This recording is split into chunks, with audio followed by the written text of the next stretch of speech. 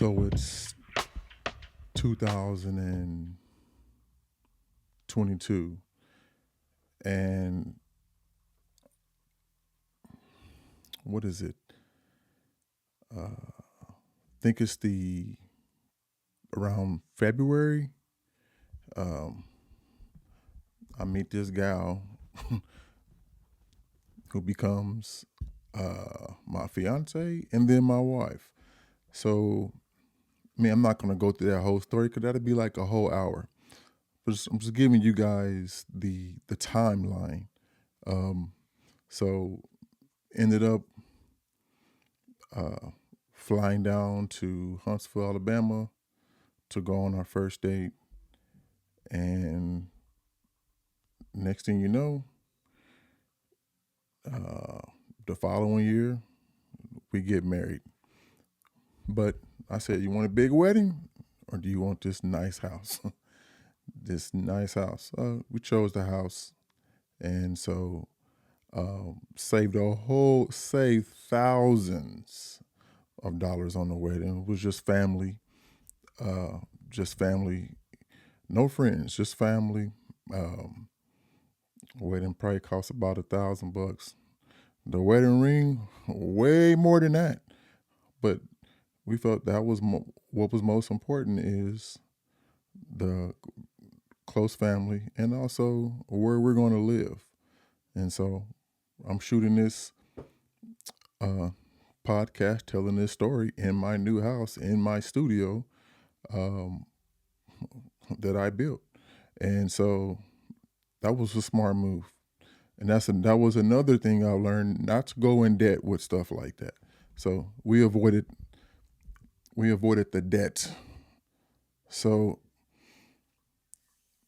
during this time, it's 2023, we get married, move in our new house February 15th, 2023. Get married in September that same year.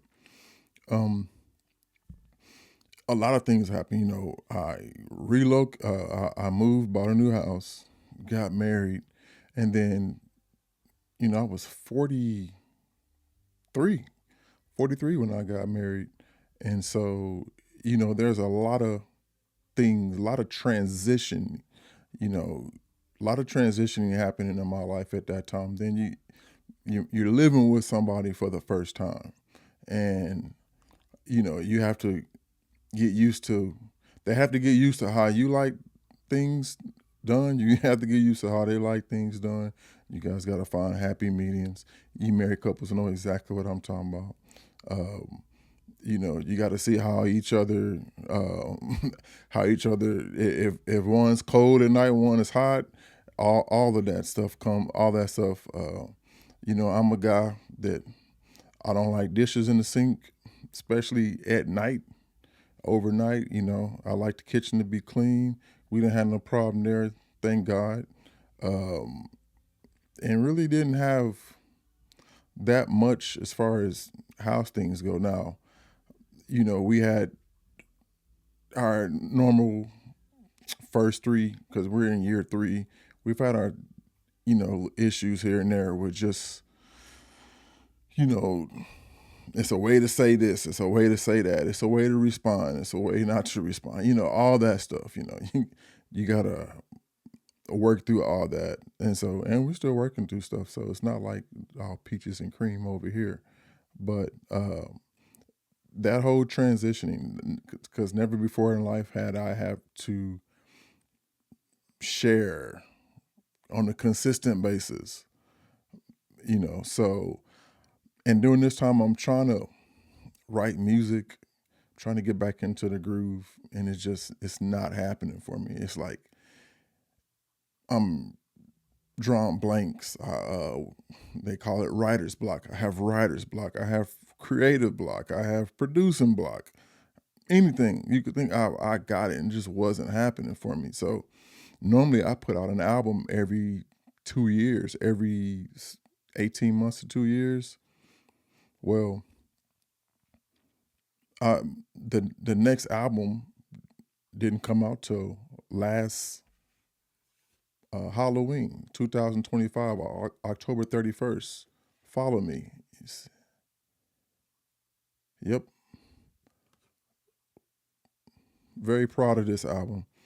And so, it's like, man, I came out the gate swinging with Solo, but I'm stuck. Like, what the hell am I going to do about my next album? Because people are waiting. When is it? When is your next album? When is your next album?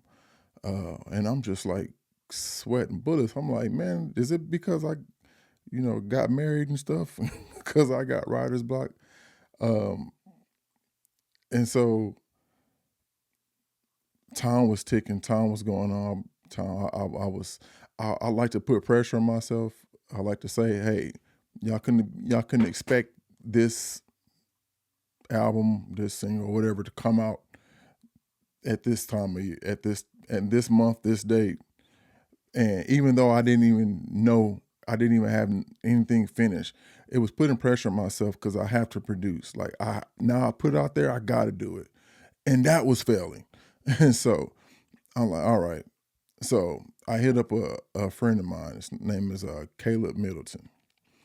I hit Caleb up, and this is where I had to put my pride aside because I took pride, and I do still do, but I took pride into writing and producing. And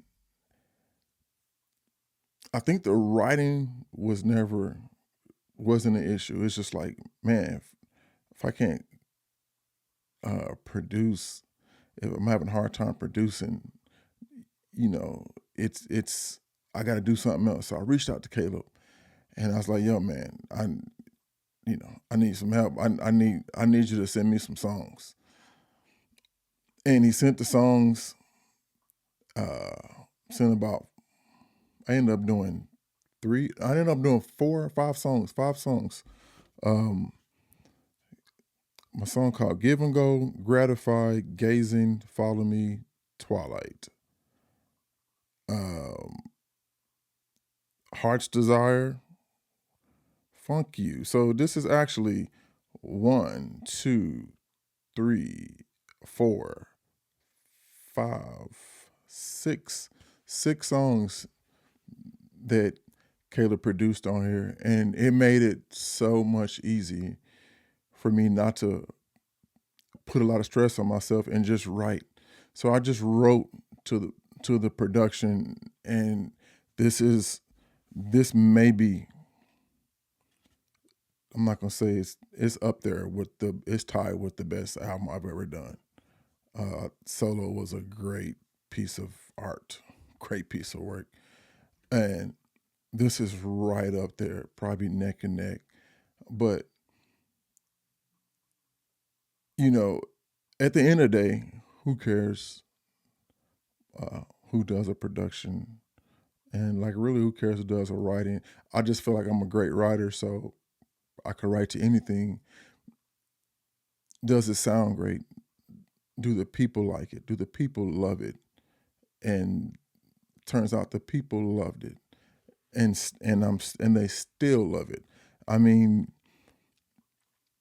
I have a funk song on here. I have an Afro beats. If you're familiar with Afro beats, and a lot of core jazz fans and audience are not, because Afro beats is kind of a younger generation thing.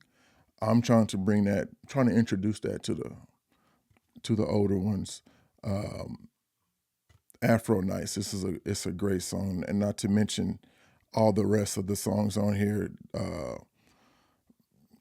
Give and Go, Kiss the Groove, which I took that's Kiss the Groove drum idea off of a Bill Withers uh, a Bill Withers song.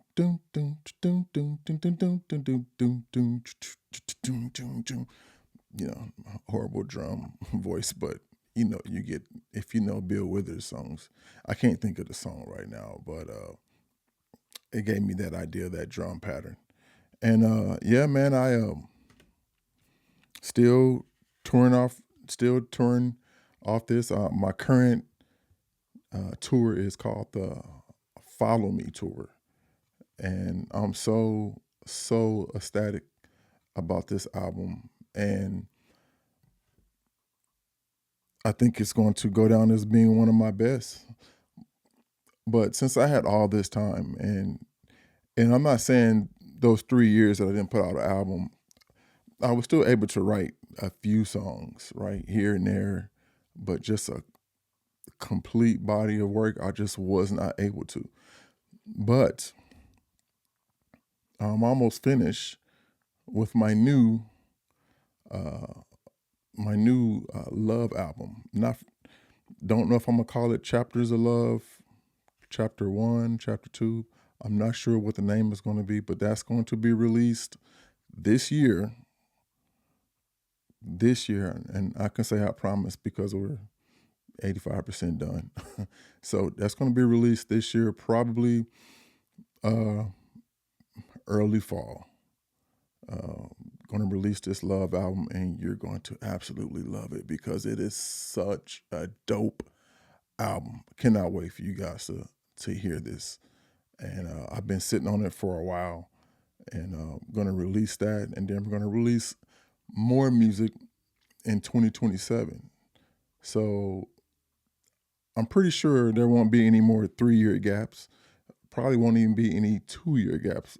I'm going to be releasing, whether it's an album or an EP, every single year because I just have that much music. And I feel like I'm finally over that hump. And what else? Another exciting thing that's happened is I'm with La Bella Strings. Let me show you guys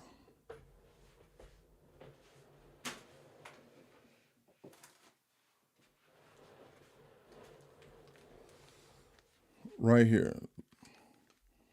La Bella Piccolo Strings.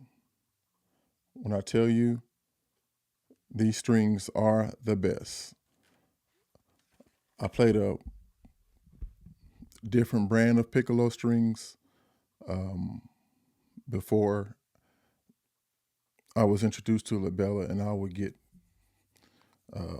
fingertip pain. My fingers would be in pain after playing, and because I do play a little aggressively, but that's just my style. And once I tried these out and I played back to back shows, I had no pain, and I haven't played that other brand since. I actually sold them because there's no reason to have them. So these are the best strings you can get as piccolo strings and regular bass strings. I have those in there too, but I get a lot of emails. Hey man, what are you playing? How do you get your sound? What strings are you using? What are the gauges? And this is what I show them. So you can go to labella.com. You can ask for that.